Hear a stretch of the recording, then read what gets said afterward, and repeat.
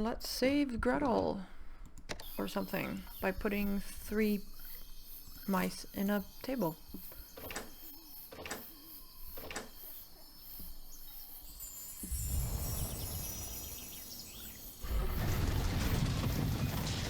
Ooh, puzzle. These thoughts remind me of a game I used to play when I was little. If I remember correctly, I need only 1 figurine. Find a correct slot for the figurine so that in the end the figurine passes over all the slots. Pay attention to the small arrows on the lines. Connecting them, they will tell you how far the figurine will move.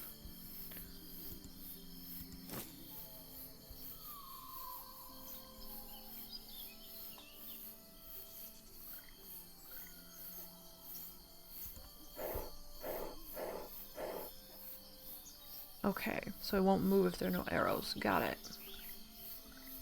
It's never gonna move between there, or there, or there.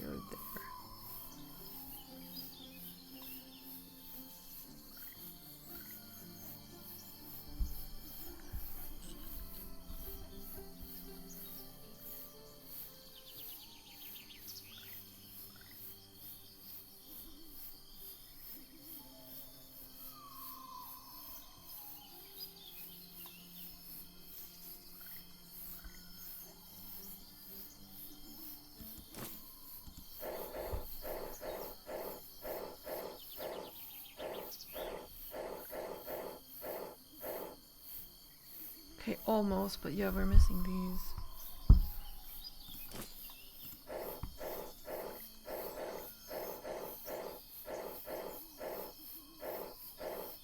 Yeah, we're just working backwards and being like, okay, what are we missing?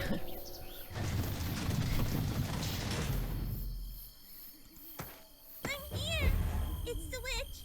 She is back! That does seem to be the case. Yes.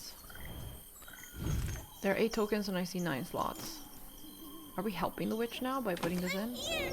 It's the witch! She is back! I am working on it. I'm here! Yes. It's the witch! She is back! Amulet.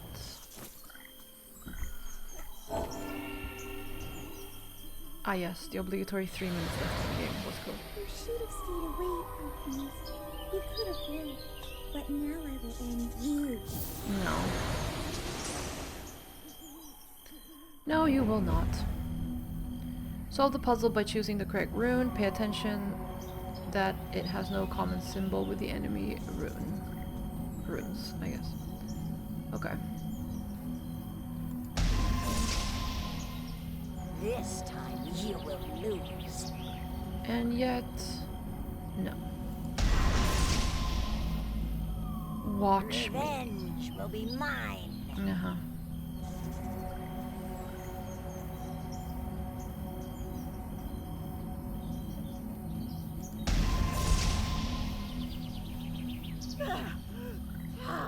I'm a hot protagonist, fam.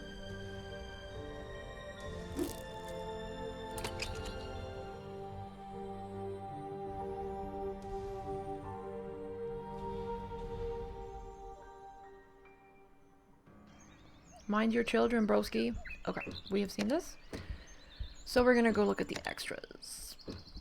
So we have a bunch of wallpapers. What happens if I click this? Okay, yeah, good. Oh, the hamster. I missed the hamster. Oh yeah, I don't even... Wow, that was so long ago. Ha ha.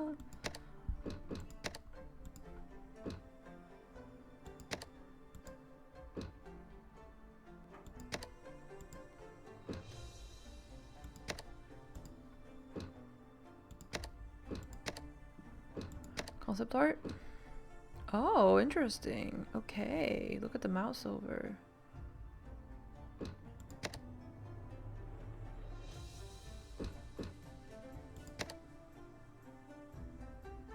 Interesting.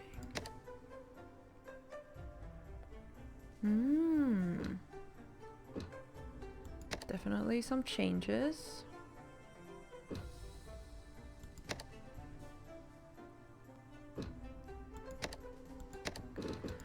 Music, analysis, forgotten past, home, Megan, Stringcon. all the cutscenes, hidden object scenes. Here we play all the minigames, and we have characters. Okay. King Robert, so not King Richard. King Robert is a righteous and kind ruler with a lot of love for his people. With his first wife, sadly deceased, he has a daughter, Snow White. Ah, I see. After Snow White turned 10, King Robert remarried. This new queen was cunning and smart, powerful and deceitful, with her eyes set only on one thing, power. She plotted against her husband in order to take over the kingdom. Ah, that makes sense then, with it being Snow White. Grandma and Little Red Riding Hood were involved in the case of the wolf's murder by accident. Little Red only wanted to take letters to the woodcutter, but instead was followed by Agent Wolf, who suspected foul play. Little Red Riding Hood informed us about the letters, which explained to us that he was the traitor working for the queen. Woodcutter was a greedy person who killed the wolf because he was promised a reward for his participation in taking over the kingdom. He was expecting orders from the capital and knew that no one should read his letters. The woodcutter was tasked to kill Agent Wolf wandering around the forest. Despite looking scary, the wolf is actually a good person who is loyal to the king. He falls Little Red Riding Hood after he witnessed the general handing her a letter. Unfortunately, as he was running through the forest, he was seen by the woodcutter, who killed him in cold blood. The general is the person the king trusts the most and takes his advice seriously in any business and occasion. However, as the plot progresses, he is provided with more and more evidence against the general until the secret is revealed. He has been working for the new queen in order to destroy the king, a plan which was thwarted several times. The sheriff was promised one thing he desires most, the destruction of Robin Hood. When Sheriff got an opportunity to get rid of him, he took it. He even hired someone to kill the woodcutter and attack his own castle. Sheriff was not that strong-willed, and it didn't take him long to betray the people who hired him to help them ruin the king. Robin Hood has been ill for weeks and was unable to lay siege to the castle, for which he was blamed. When you, hero, reached him, you realized that all the previous claims have been nothing but lies. Robin is also the one who helps you escape the prison where you were put because of the queen. Little John is Robin Hood's best friend, whose nickname Little is in conflict with his actual appearance. Henry is the father of Hansel and Gretel, what a funny photo, or picture, who has lost his wife years before and has in the meantime remarried. His new wife and stepmother of Hansel and Gretel, Mary, is an unpleasant person who only thinks of herself. Hansel and Gretel were taken by the general into the house of the witch who was going to eat them. He wanted to kill the children because they heard his plan to poison the king. I love how it sounds like the house is going to eat them and not the witch. Mary comes from a rich family where she never lacked anything. Okay, then what are you doing here, fam? Until she was 18 years old, she lived in splendor and money. However, after her father lost everything, her family was forced to marry the oldest children. Marry off, I guess, the oldest children. Mary found herself falling in love with a poor woodcutter in the forest. Oh, he's also a woodcutter. When she realized that her situation hasn't changed that much, she was desperate to get rid of Hansel and Gretel. The witch who lives in the candy house is an evil person who uses her interesting home to attract strangers, mostly children, and eat them. Rarely anyone could have passed by without stopping by to ask about the almost impossible exterior. She would then lure them inside and their fate would be sealed. However, this time she was asked to make a poison for killing the king. The owl is actually Merlin in disguise, who tests your wit and courage in order to discover if you are worthy of his praise and the reward in the shape of a powerful wand. Okay, that actually makes sense. He has been trying to preserve balance in the world by fighting evil and helping good fight back. Merlin lives in a small house near the castle, but he is unable to help because of old age and the amount of his magic diminishing. Okay, that was all the characters. Now then, where are my because this is the extras, but like where are my achievements and collectibles? Okay, they're not here. I don't think they're in more info. Oh yeah, no they are. Okay, here, achievements. Here we go. Okay. Oh, we got all the achievements of the game. Oh my god. Eagle Eye.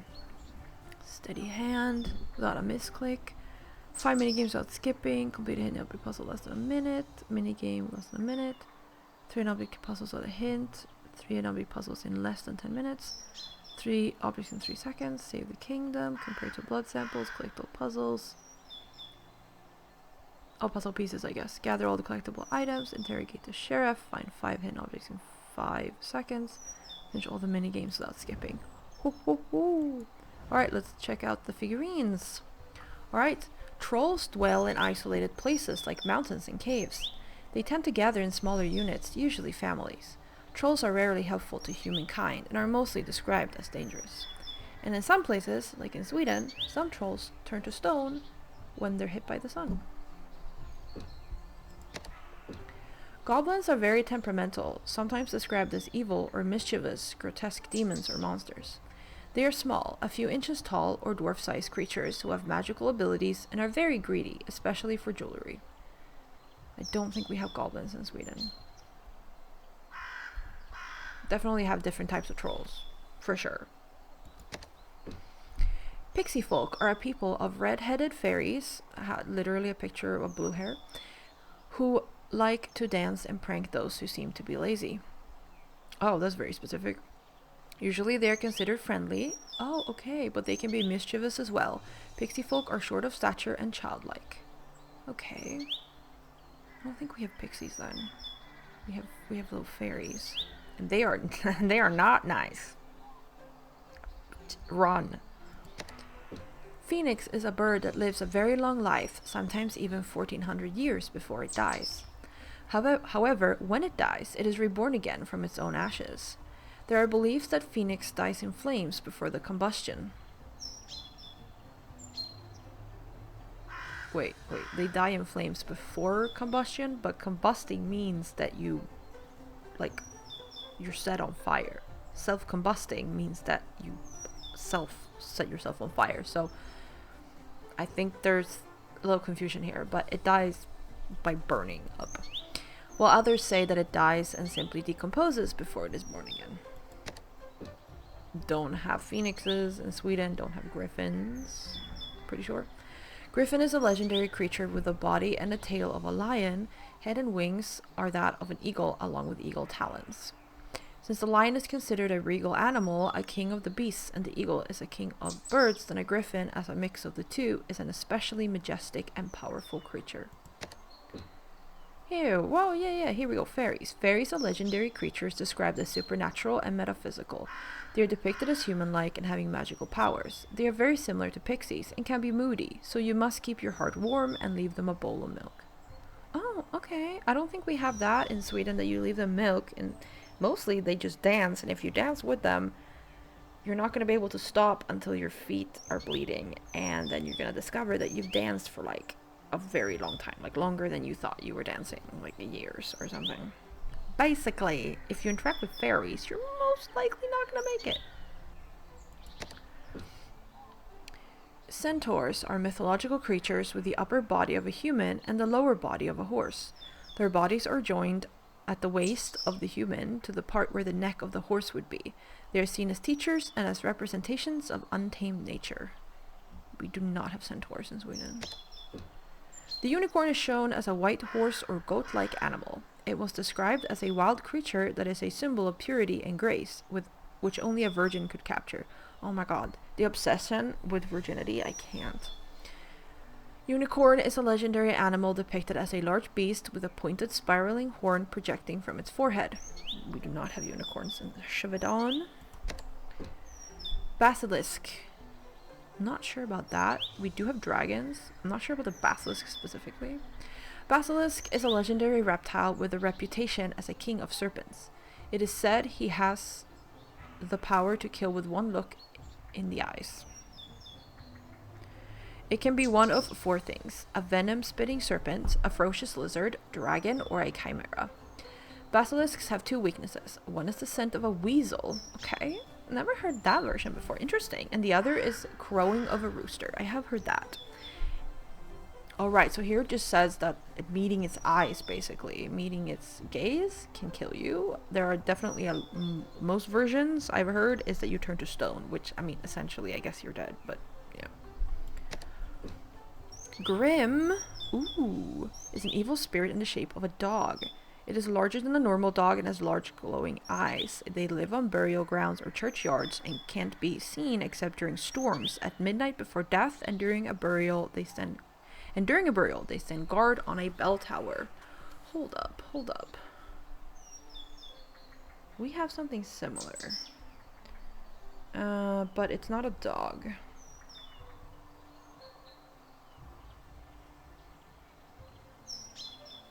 Okay, that's like so... Okay, I'm thinking about something else, maybe? Oh, what's it called? Okay, fine. There are giants in Norse mythology called Grim, just in general, but... okay, no, so I'm thinking about... Okay, yeah, its name is something else. Okay, so I'm thinking about something else that is like a goat, partially a goat, who also, like, hangs around in churches, so Christianity suddenly came in, and I think he also, or it also, like, protects the churches, and, like, but it's, yeah, I don't remember what it's called right now. Manticore, we definitely don't have those. It's a legendary creature which is very similar to the Sphinx. Its body is that of a red lion in the combination with a human head. Okay, that's literally not what the picture shows. In combination with a human head with 3 sets of sharp teeth. In some descriptions, it has wings and a trumpet-like voice. I've definitely seen versions of the Manticore where it has also a scorpion tail. That's how I know it from, like, video games. Mermaid. We don't have mermaids here. What we do have is a horse that... No, it's not the Kelpie. No. We have a different horse that lives in the water and takes especially children on its back and then walks down into the water and drowns everyone. Wow, I can't remember the names of all of these. Damn it. I should know this. Obviously not the Kelpie, because Kelpie is, like, Irish. Okay. A mermaid is an aquatic whose entire upper body is of a female human and the tail is that of a fish. Mermaids are sometimes associated with perilous events like storms, shipwrecks, drowning, and floods. Other times they are benevolent and beneficent, helping humans or falling in love with them. Dragons are giant serpents covered with impenetrable scales, and they usually have 2 pairs of legs, though in some representations they can have 1 pair of legs and a set of bat-like wings. Some have poisonous fangs, others enormous claws, and a forked or barbed tail. Yes, no, for sure. There are dragons with no legs. There are also dragons with no wings. Like, East Asian dragons have no wings and they fly anyways, which is really cool.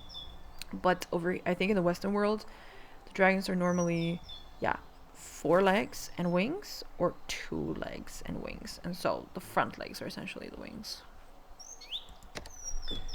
Hippogriff is a legendary creature with the head of an eagle, long talons on their claws, and wings covered in feathers, while the remainder of their body is that of a horse. It is said to be an evil spirit that has possessed a horse and a griffin. Oh, okay. Oh, right, so there's a difference between a hippogriff and a griffin. Interesting. We don't have those. Bogart is a shape-shifting human who is usually invisible but can materialize as a human or any other living creature, or even a skeleton. The word Bogart can be used as a name for a malevolent spirit inhabiting fields or marshes. Oh, interesting. Yeah, I don't think we have that either. Oh, okay. Thank you.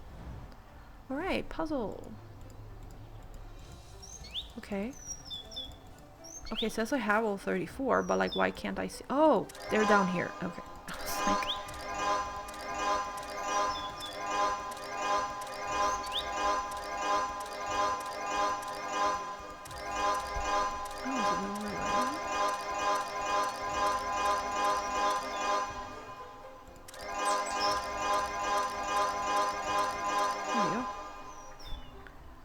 Oh, okay, yeah, it's just straight Red Riding Hood. Well, I guess the queen is like... Okay, this is Red Riding Hood, and these two are definitely, yeah, Snow White. Okay, that's the puzzle. Cool. Okay, now we should have gone through everything. And funnily enough, that made 20 minutes actually, because there was a lot of reading. That should be the extras, info, the whole game. Okay, cool. So that was all of Queen's Quest 2, Stories of Forgotten Past. Definitely not like the first game. The first Queen's Quest game is just so good in like gameplay and whatever. Definitely thought we were gonna follow another queen. Now, to be fair, the alchemy part of this is really cool. And I do appreciate the stories that, like the fairy tales involved here. Little confused on how they were relevant, but like they were there and that's cool. So yes. Thank you all very much for coming on this adventure with me. Hope you had a good time, and I'll see you for some other ones. So take care and bye-bye.